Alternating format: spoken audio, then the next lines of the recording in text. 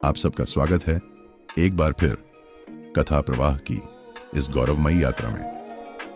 दोस्तों, 7 समंदर पार की कहानियां तो आपने बहुत सुनी होंगी, लेकिन चशाकर्मी की कहानी सबसे अलग है। ये कहानी सिर्फ व्यापार की नहीं, बल्कि साहस, बुद्धि और उस अटूट विश्वास की है जिसने एक साधारण व्यापारी को समुद्री इतिहास का दिग्गज बना दिया। आज कथा प्रवाह के इस 12वें भाग में सुनते हैं ये अद्भुत कथा। चशाकर्मी कोई आम सौदागर नहीं था। जहां दूसरे व्यापारी किनारों के पास रहने में ही भलाई समझते थे, वहीं चशा की नजरें क्षितिज के उस पार थीं। उसने अपना बेड़ा तैयार किया, मजबूत सागौन की लकड़ी और विशाल पाल। उसका मकसद था उन रास्तों को खोजना जिनका जिक्र सिर्फ पुराने किस्सों में था। लेकिन समुद्र कभी किसी का सगा नहीं होता। सफर के बीच में जब काले राक्षस जैसे तूफानों ने घेरा, तो चशा का जहाज तिनके की तरह डोलने लगा।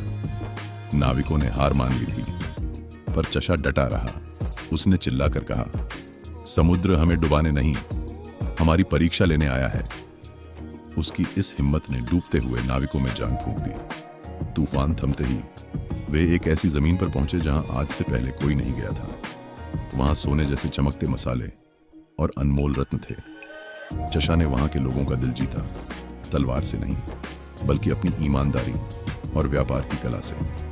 उसने 7 समुद्रों को एक धागे में पिरो दिया। जब चशा वापस लौटा, तो उसके पास सिर्फ दौलत नहीं थी, बल्कि 7 दुनियाओं का ज्ञान था। उसे 7 समुद्रों का सम्राट कहा जाने लगा।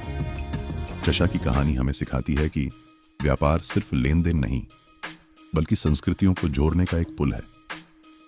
अगली बार जब आप लहरों को देखें, तो चशाकर्मी को याद रखिएगा, क्योंकि महानता वहीं शुरू होती है जहां किनारे खत्म होते हैं। यदि आपको यह कहानी पसंद आई, तो इसे शेयर करें।